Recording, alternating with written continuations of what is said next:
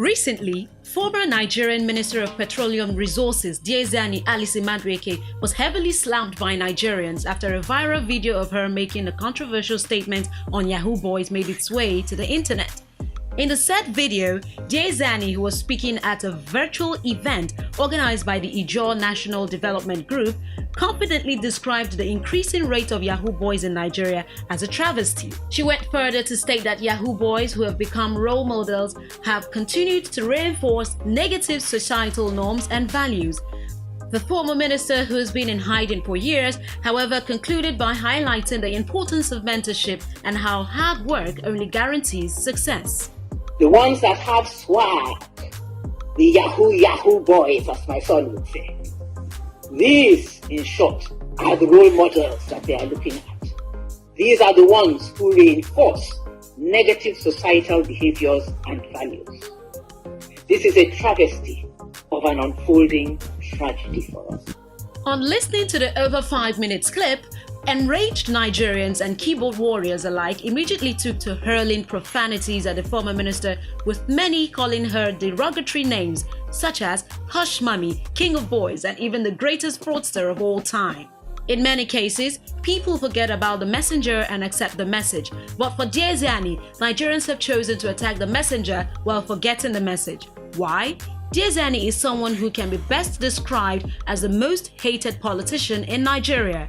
Currently, the former Minister of Petroleum Resources is facing allegations of bribery, money laundering, and gross misappropriation of funds to the tune of $49 billion in not only Nigeria but also in the UK and the US. And that is just the percentage of the sum that was traced. However, her case in Nigeria and other countries is still pending because she managed to flee Nigeria in due time and obtained immunity, which protects her from answering to her crimes. Presently, she's just a fugitive on the run, and Nigerians are angry that she not only allegedly stole lots of public funds that made her to be extradited, but that she managed to get away with it like a slim. Now, I bet you're wondering how she managed to pull this off. Was the nation's anti-graft agency, the EFCC, facing visual impairment when she left the country? And what has been done to ensure that she answers to her crime, howbeit long it takes? Hello guys, it's Chika here for African Glitz. Sit tight and don't go anywhere as we briefly run you through her story from A to Z. Diezani was born in Port Harcourt on the 6th of December 1960. Following the completion of her primary education in Port Harcourt, she proceeded to Howard University in the US, where she obtained her first degree. Upon the end of her studies, she returned to Nigeria and immediately joined the Shell Corporation Development Corporation. Again, she jetted out after a short while to the UK and later obtained her MBA degree from Cambridge Business School. Fate will then see her return back to the country, and in no time, in 2006, she was appointed as Executive Director of Shell, where she set a precedent as the first woman to hold that title. In 2007, Diezani Alison-Madueke was appointed as the Federal Minister of Transportation and was soon appointed as the Federal Minister of Mines and Steel Development in December 2008. In 2009, she was indicted by the Nigerian Senate and even recommended for prosecution over the transfer of 1.2 billion naira into the private account of a toll company, thereby breaching the concession agreement. But it was never followed up. If only they knew what was brewing in the dark. In 2010, the former president of Nigeria, Goodluck Jonathan, appointed Diezani Alison-Madueke as a Federal Minister of Petroleum Minister. Although she had pledged to transform Nigeria's oil and gas industry, she did the opposite instead by trying to run it to the ground, save for a change in administration. Following her appointment in October 2010, she became the first female to lead a country delegation at the semi-annual conference, coordinated by the Organization of the Petrol Exporting Countries, OPEC. By 2014, she got elected as the first female president of OPEC. Diezani Alison-Madueke's financial misconduct became public knowledge in 2015 when the former CBN governor Sanusi Lamido Sanusi disclosed in an interview with PBS that he was fired from the office because he made an outcry about the $20 billion missing from the NNPC under Diezani management. Alison, however, debunked the allegations, saying Sanusi is defaming her for refusing to help him get appointed as the president of the African Development Bank. But not too long after this trail of revelation and accusation, it was disclosed by American and British officials that Diezani also organized the diversion of an additional $6 billion from the Nigerian treasury.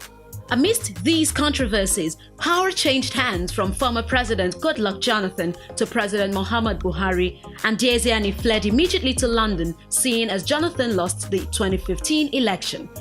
Little did she know the doom awaiting her in the UK, as the UK National Crime Agency soon arrested her on bribery and corruption offences. She, however, was released, and it was at this time she tried to garner pity from Nigerians both home and abroad.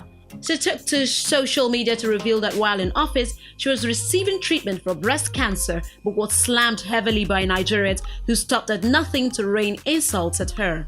Finally, her doomsday came in 2017 as the Nigerian, UK and US government began making strong moves against her.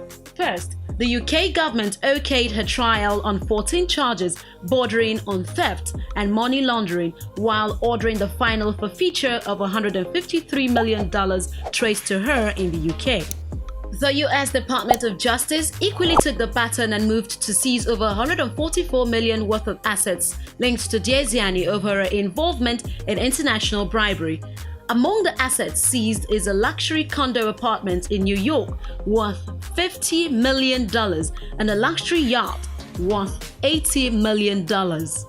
Also, the EFCC implicated her in a $115 million slush fund used in bribing officials and compromising the electoral process before the 2015 general elections. She was also accused of awarding multi-billion naira contracts which were not in line with the due process and recklessly spending public funds on properties, jewelry and private jets. In the course of the investigations, the EFCC traced over 47.2 billion naira and $487 million to her in cash and property. By August 2017, about 7.6 billion naira was seized from Diezani's bank accounts in Nigeria. Jewelry worth over $40 million were seized, and 76 luxury apartments spread across Lagos, Abuja and Port Harcourt worth over 23 billion naira were also seized. Amidst the investigation of the criminal cases against her, Diezani Alison-Madueke was busy lobbying to become the Trade and Investment Commissioner of the Dominican Republic to get a diplomatic passport, and she did get it eventually.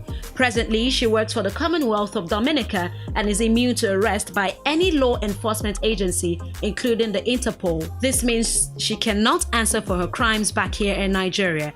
Recently, the EFCC revealed that they are working on her extradition because the funds she allegedly stole is immense and needs to be returned. Also in July, the Federal High Court ordered Diezani to appear before it on charges of money laundering. But we all know that the presiding judge was only bluffing. Even if she will ever answer for her crime, it is not going to be anytime soon and maybe never.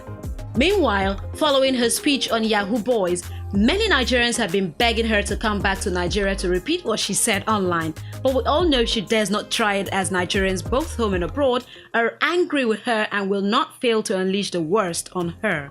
So, if you were wondering at the beginning of the video why Diezani is the most hated politician in Nigeria, well, we bet you know why now.